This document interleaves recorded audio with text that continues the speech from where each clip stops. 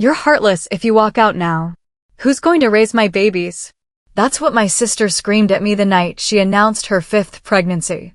The words cut through the air like shards of glass, each syllable dripping with entitlement and desperation.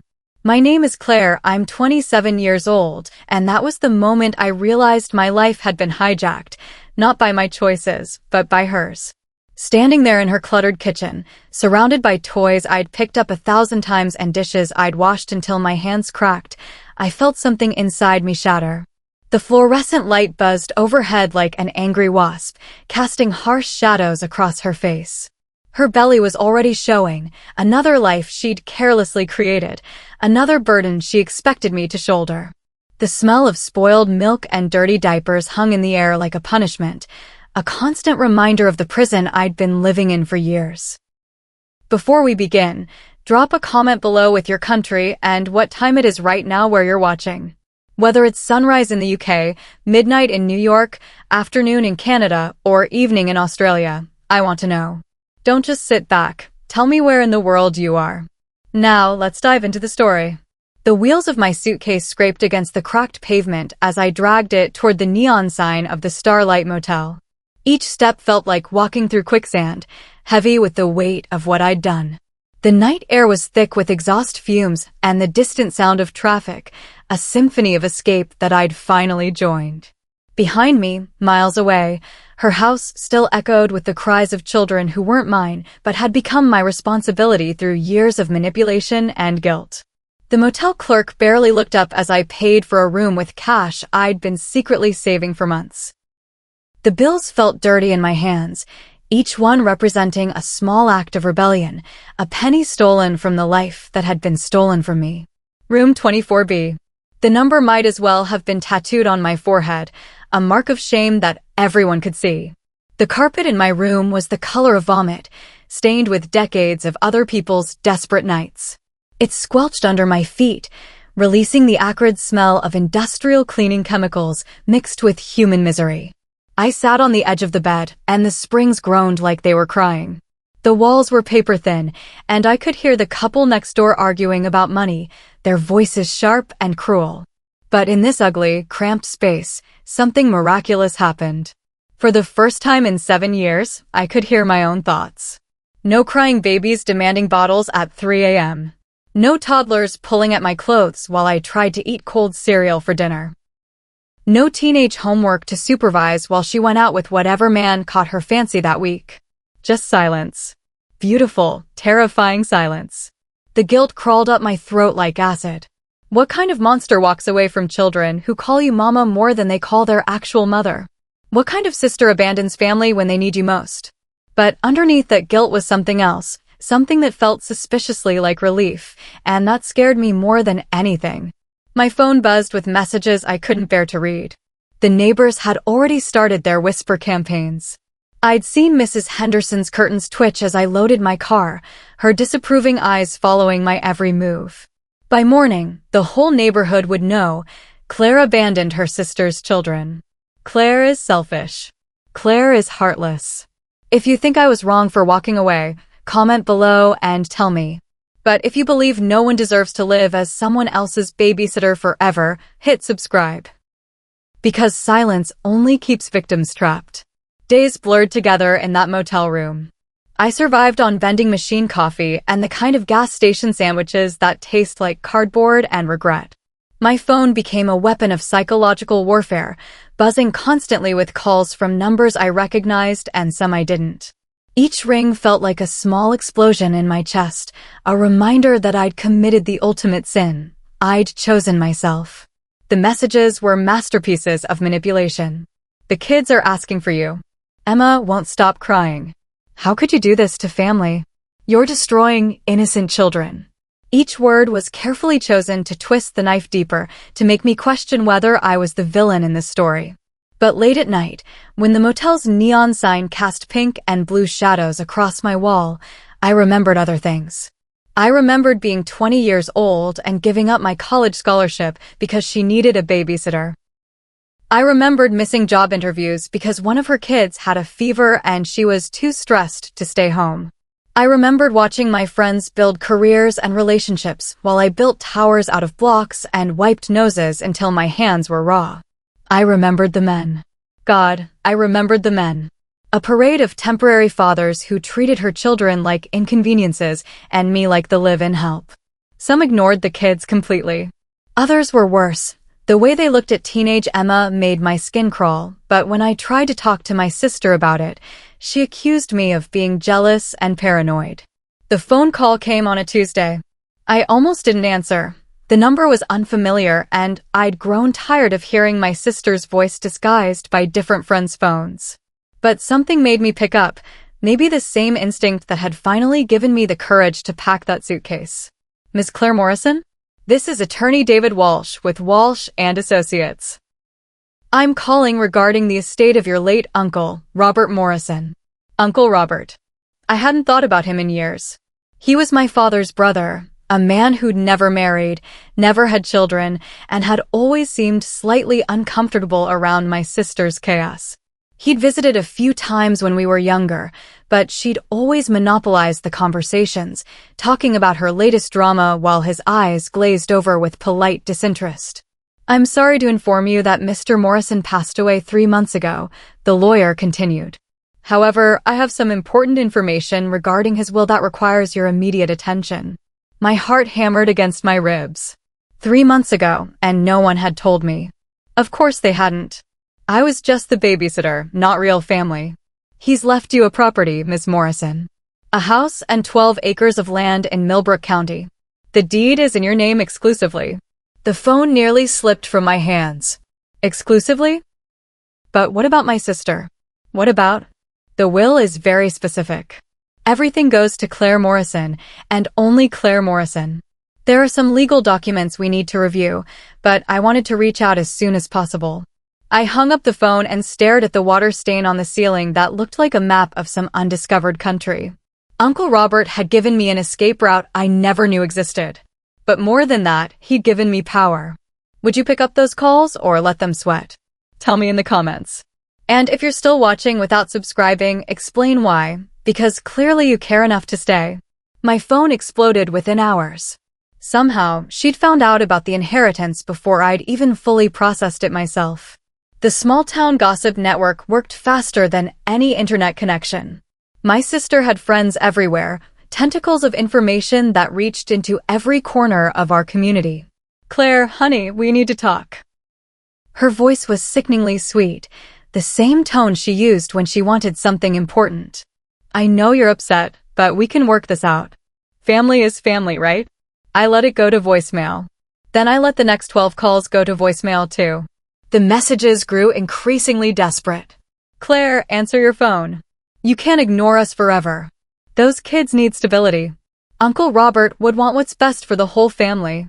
That last one made me laugh out loud in my dingy motel room. Uncle Robert barely knew those kids existed. He'd attended exactly one birthday party in 7 years, sitting in the corner looking overwhelmed by the chaos, while my sister performed her single mother martyrdom routine for anyone who would listen. The text messages were even better. Screenshot after screenshot of manipulation disguised as concern. You're being selfish. Think about what's best for everyone. Don't let money tear this family apart. The kids are confused and hurt. How can you be so cruel? But buried between the guilt trips were messages that revealed the truth. Messages to mutual friends that I wasn't supposed to see, forwarded by people who'd grown sick of her drama. If Claire gets that house, we could convince her to let us live there. The property must be worth at least $200K. I can handle her. She's always been weak. Weak. That word hit me like a physical blow. 7 years of sacrifice, 7 years of putting her needs above my own, 7 years of being available for every crisis and emergency, and she thought I was weak. Sometimes silence is the loudest revenge. Let them panic. Let them scramble. Let them realize what it feels like when the person they've taken for granted suddenly becomes unavailable. I scheduled a meeting with Attorney Walsh for Friday afternoon. The law office was everything the motel wasn't: clean, professional, smelling of leather and confidence instead of desperation and industrial disinfectant. Mr. Walsh was a man in his 60s with kind eyes and the bearing of someone who'd seen every family drama imaginable. Your uncle was very specific about his wishes, he told me, spreading the documents across his mahogany desk. He mentioned that he'd watched your family dynamic over the years and felt you'd been taken advantage of. Taken advantage of. The clinical phrase somehow hurt more than my sister's insults. Uncle Robert had seen what I'd been too close to recognize, that I wasn't helping family, I was enabling dysfunction. He wanted to give you options, Mr. Walsh continued. Independence. The chance to build your own life. What about my sister? Won't she contest the will? She can try, but Uncle Robert was very thorough. He documented his reasoning, included character witnesses, and made his intentions crystal clear. This property is yours, Miss Morrison. The question is, what do you want to do with it? What did I want? The question was so foreign I almost couldn't process it.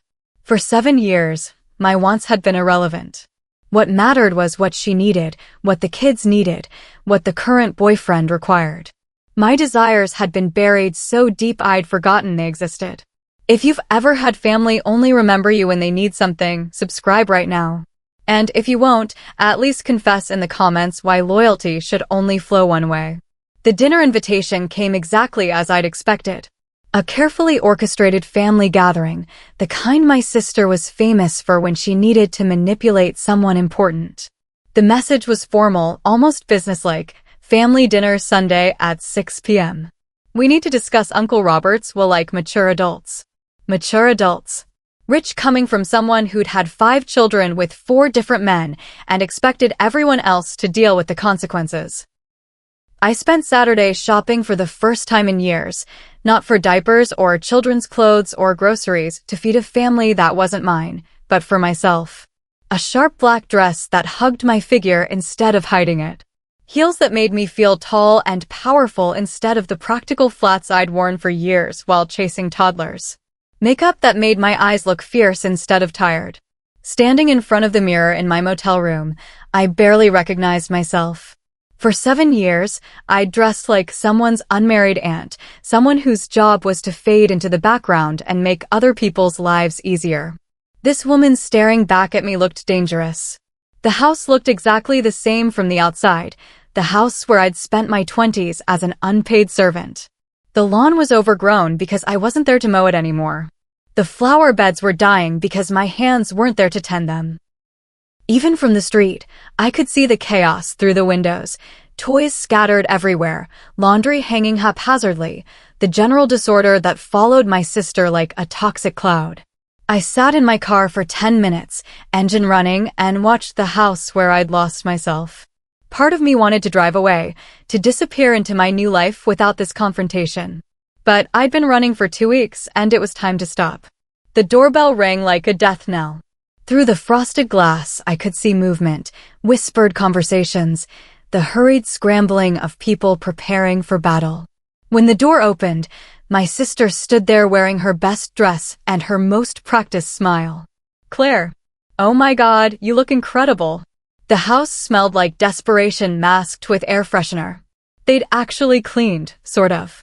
The toys were shoved into corners instead of scattered across every surface. The dishes were hidden in the sink instead of stacked on counters. Someone had vacuumed recently enough that the carpet showed tracks. But underneath the forced tidiness was the same chaos I remembered. Emma, now 16, sat hunched over her phone, her hair greasy and her clothes wrinkled. The younger kids were bouncing off the walls with the manic energy of children who'd been told to be good for Aunt Claire without really understanding why. The baby, my sister's latest mistake, cried from somewhere upstairs. The dining room table was set with the good china, the dishes that only came out when she needed to impress someone. Crystal glasses that caught the light and threw rainbows across the walls. It was beautiful and fake, like everything else about this performance. "Sit anywhere you'd like," she said, her voice honey-sweet with hidden desperation. "I made all your favorites." My favorites.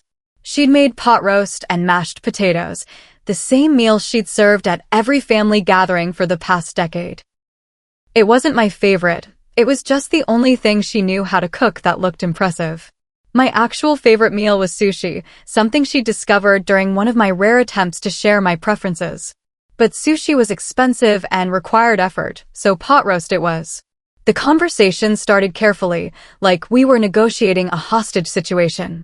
Comments about the weather, questions about my new living situation that were really fishing expeditions for information. How long was I planning to stay away? Was I having financial troubles? Did I miss the kids? If you were walking into that room, would you sit down or turn around? Comment your answer. I'll be reading every one. The younger kids kept staring at me like I was a stranger, which I suppose I was. 2 weeks might as well be 2 years in child time. They'd grown used to my absence with the adaptability of children who'd learned not to count on adult consistency. It broke my heart and relieved me at the same time. So, my sister finally said, setting down her fork with deliberate precision.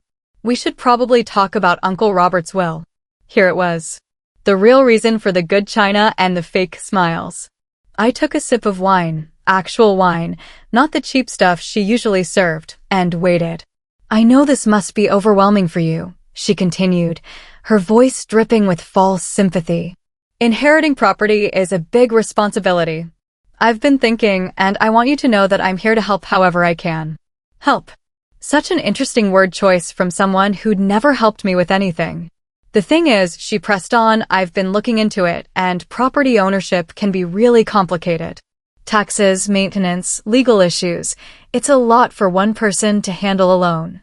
Emma looked up from her phone, her teenage instincts sharp enough to sense the tension in the room. The younger kids continued eating, oblivious to the adult drama unfolding around them. What I'm thinking, my sister said, leaning forward slightly, is that maybe we could work out some kind of arrangement. You know, share the responsibility. Share the benefits. Share. Another fascinating word choice. What she meant was, give me half of everything while I continue to contribute nothing. I mean, we're family, right? Family shares. Family takes care of each other. And there it was. The word she'd weaponized against me for 7 years. Family. The magic word that meant I was supposed to sacrifice everything while she sacrificed nothing. The word that had trapped me in a life that wasn't mine. I set down my wine glass and looked around the table. At the children who weren't mine but who'd called me mama because their actual mother was too busy chasing men to raise them. At the teenager who'd learned not to count on adults because the adults in her life were perpetually unreliable. At my sister, who'd used the word family like a club to beat me into submission. Family, I repeated slowly, tasting the word like poison. Let's talk about family. The temperature in the room seemed to drop 10 degrees. My sister's smile flickered but held, like a candle flame in a sudden breeze. When I was raising your kids while you lived free, was that family? When I gave up my college scholarship because you needed a babysitter, was that family? When I missed every job interview, every date, every chance to build my own life because you kept having accidents you couldn't handle, was that family?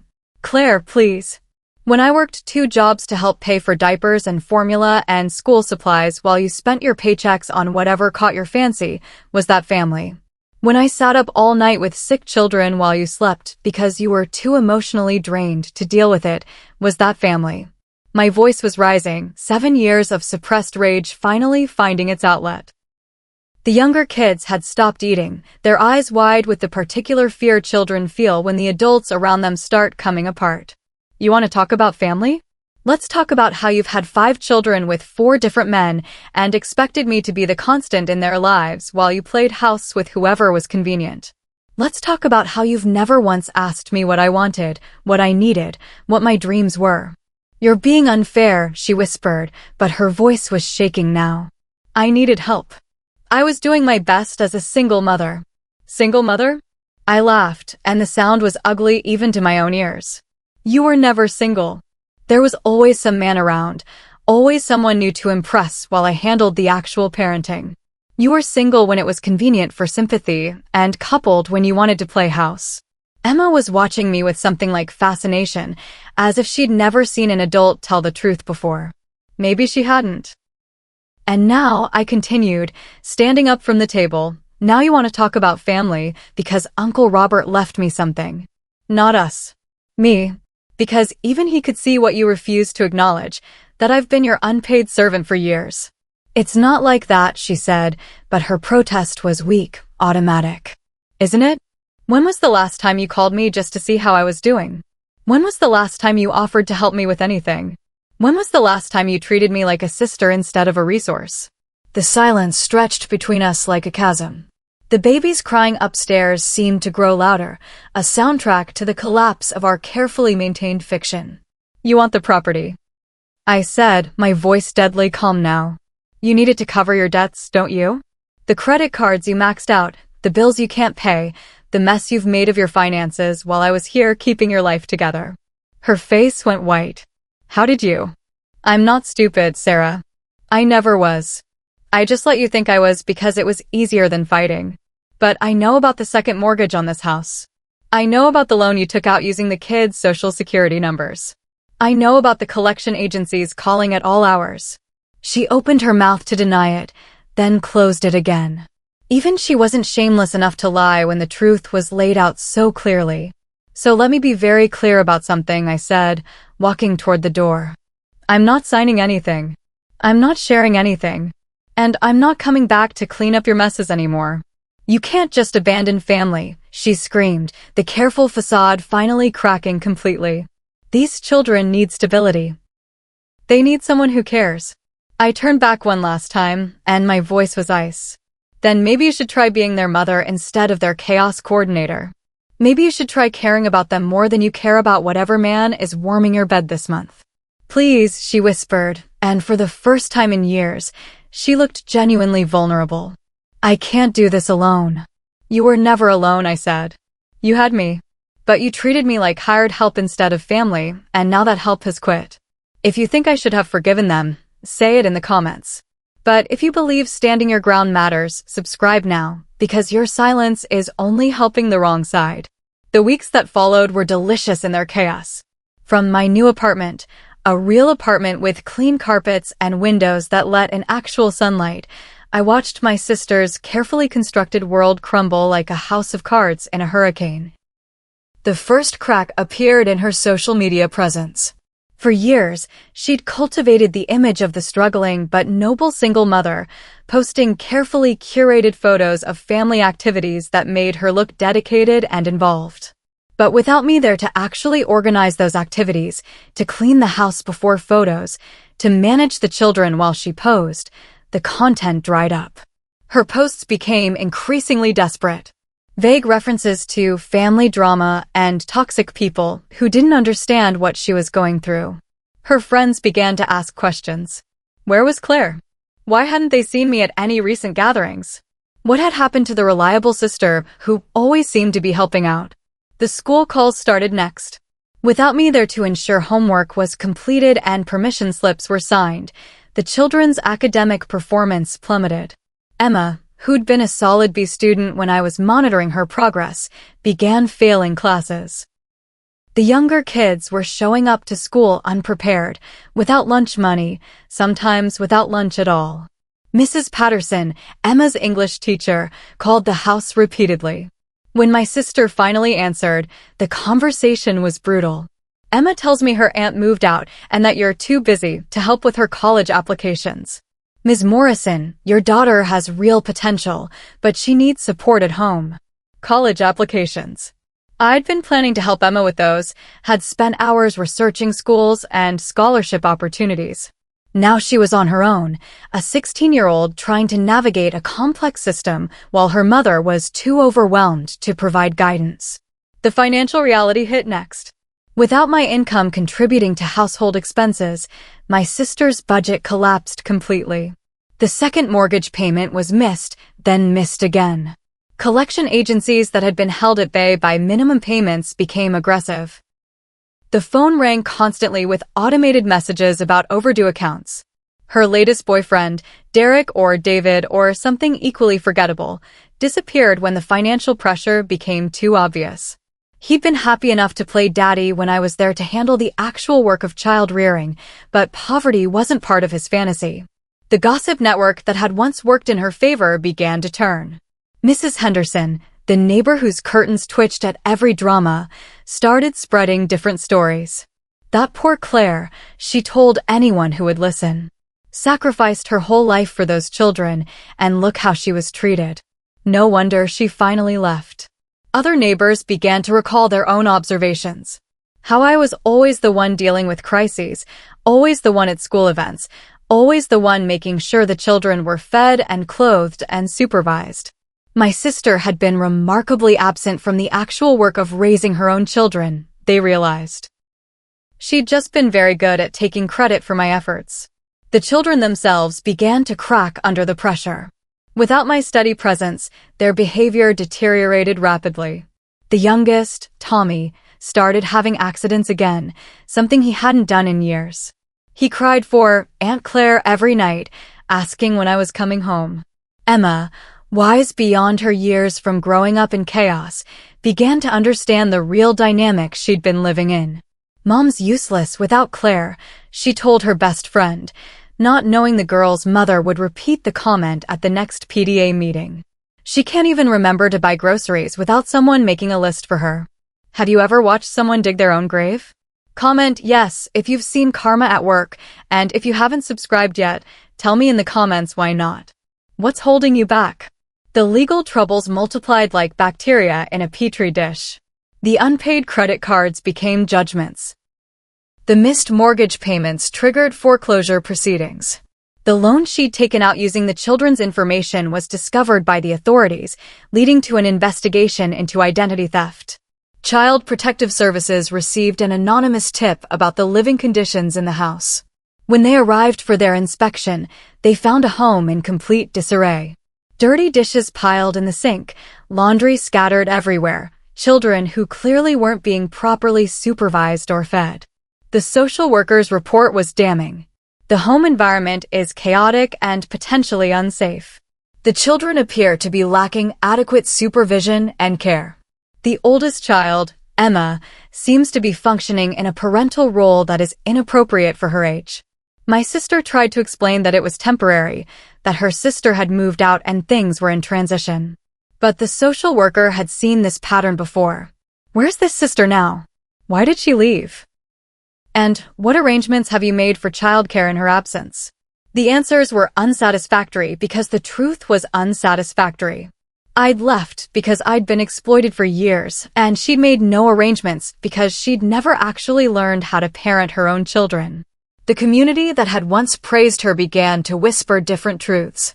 She drove her own sister away. Those poor children, raised by Claire all those years. No wonder Claire finally had enough. The mothers at school pickup began to avoid her, their conversations stopping when she approached. The casual support network she'd taken for granted, playdates, carpools, emergency babysitting, evaporated as people realized she'd been taking advantage of everyone around her. Her social media friends began to unfollow her as her posts became increasingly bitter and self-pitying. Family means everything until it doesn't, she wrote. Some people only care about money.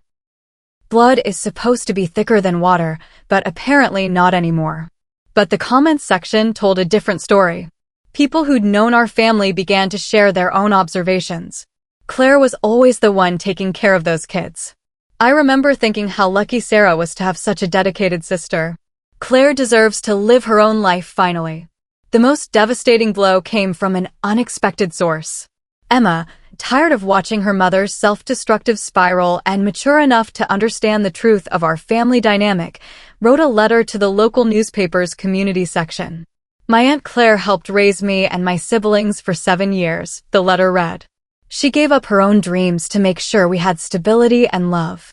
My mother is now telling people that Claire abandoned us, but that's not true. Claire finally chose herself after years of being taken for granted. I don't blame her. I respect her. And I hope someday I'm brave enough to make my own choices instead of just accepting whatever role other people try to force on me. The letter went viral in our small community. Emma had articulated what everyone was thinking, but no one had dared to say. My sister wasn't the victim in this story. She was the villain who'd finally been abandoned by her enabler. The courthouse steps were marble, cold, and unforgiving under the autumn sun. I climbed them slowly, savoring each step that took me closer to legal vindication. Inside, the hallways echoed with the footsteps of people seeking justice, people defending their rights, people refusing to be victims any longer.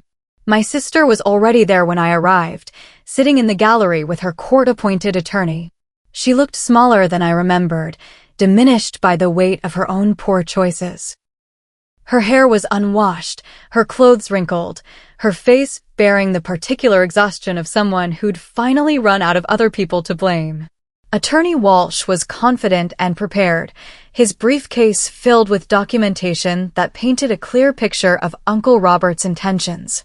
Medical records showing his sound mental state when the will was written. Character witness statements. Most importantly, a letter he'd written explaining his decision. I've watched my niece Claire sacrifice her own life to enable her sister's irresponsibility, Uncle Robert had written. Claire deserves the chance to build something for herself, free from the obligation to clean up messes she didn't make. Sarah has had every opportunity to mature and take responsibility for her choices. This inheritance is my attempt to give Claire what her family has failed to provide: independence.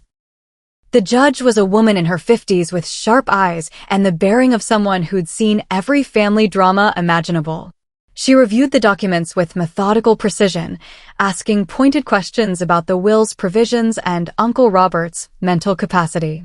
My sister's attorney tried to argue undue influence, claiming that Uncle Robert barely knew the family situation and had made his decision based on incomplete information. It was a weak argument, and everyone in the courtroom knew it. Your Honor, he said, the deceased had limited contact with both nieces. He couldn't have fully understood the family dynamic or the needs of the children involved. Judge Williams looked up from the documents with the expression of someone whose patience was wearing thin. Counselor, are you suggesting that Mr. Morrison was incompetent to manage his own affairs? No, Your Honor, but... Are you suggesting that blood relatives have an automatic claim to someone's property regardless of the deceased's explicit wishes? Not exactly, Your Honor, but family obligations. The law is quite clear about property rights and the validity of wills, Judge Williams interrupted. Mr. Morrison was of sound mind. He clearly stated his intentions, and he had every right to leave his property to whomever he chose. She turned to my sister, who was dabbing at her eyes with a tissue that looked suspiciously dry. Ms. Morrison, do you have any evidence that your uncle was coerced or manipulated in his decision?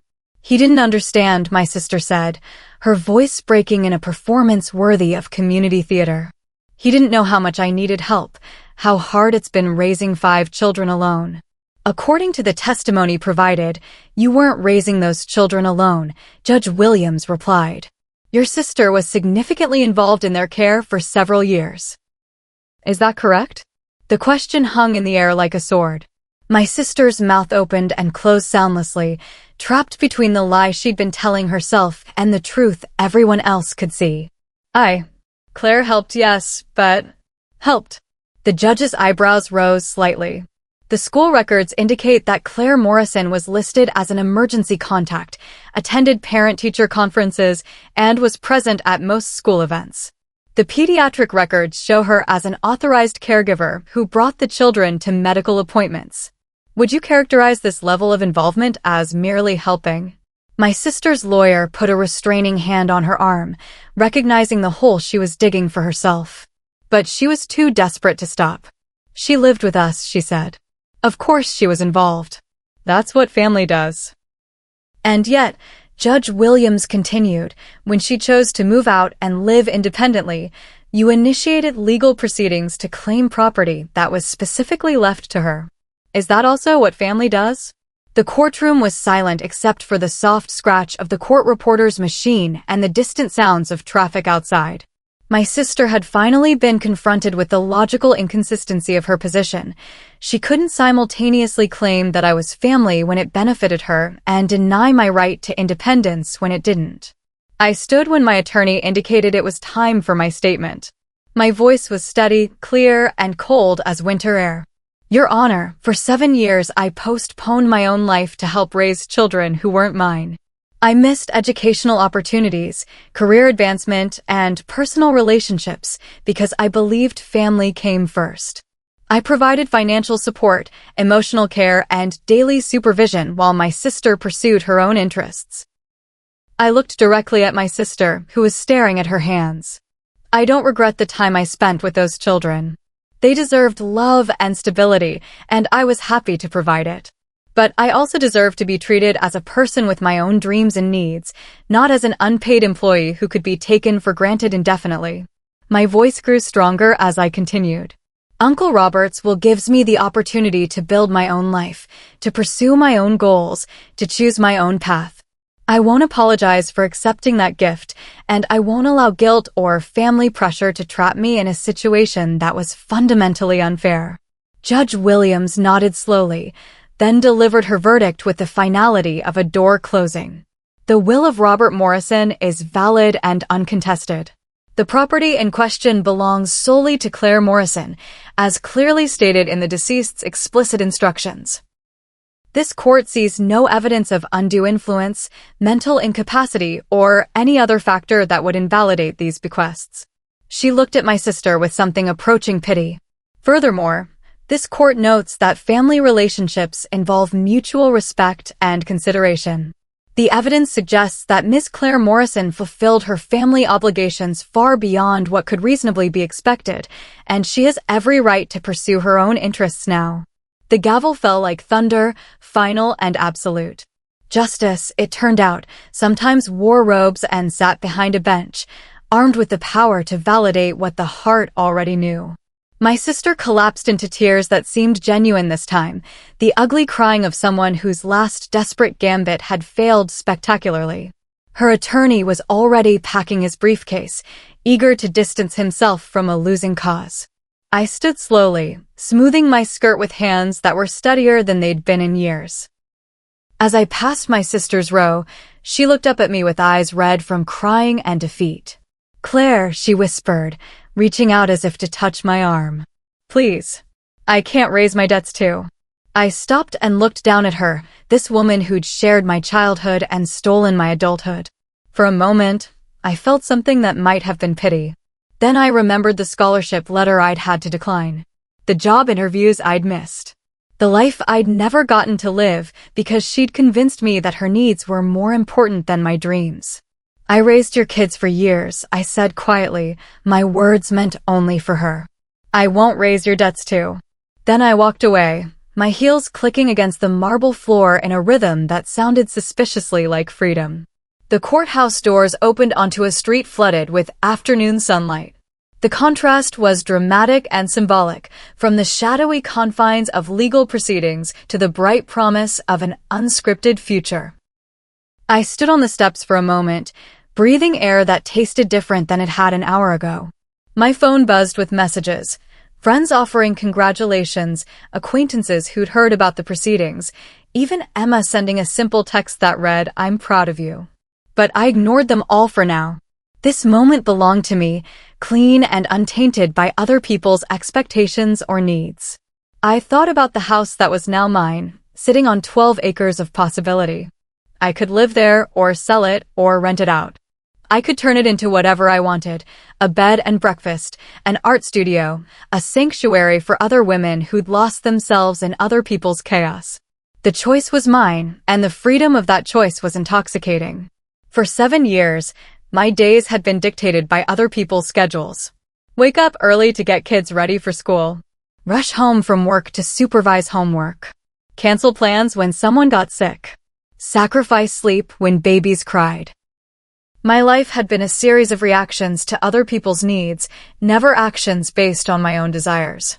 But standing there in the sunlight, I realized that chapter was finally over. I was 27 years old, and for the first time in years, my future belonged to me. The guilt tried to creep back in, whispering familiar refrains about family loyalty and abandoned children. But I'd learned to recognize the guilt for what it really was, a tool of manipulation disguised as virtue. Missing birthdays and school plays because I was building my own career wasn't abandonment, it was normal adult behavior. Expecting me to sacrifice my entire life was the abnormal part.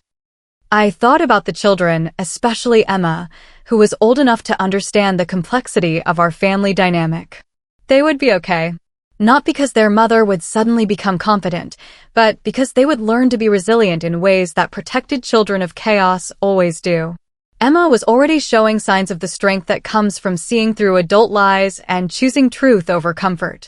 The younger ones would adjust as children do, finding new sources of stability and learning not to count on adults who consistently disappointed them. It was a harsh lesson, but perhaps a necessary one. Better to learn early that you can only truly depend on yourself than to spend your entire life waiting for others to change. My sister would survive too, though not in the way she wanted. The house would be foreclosed, forcing her to find smaller, cheaper accommodations.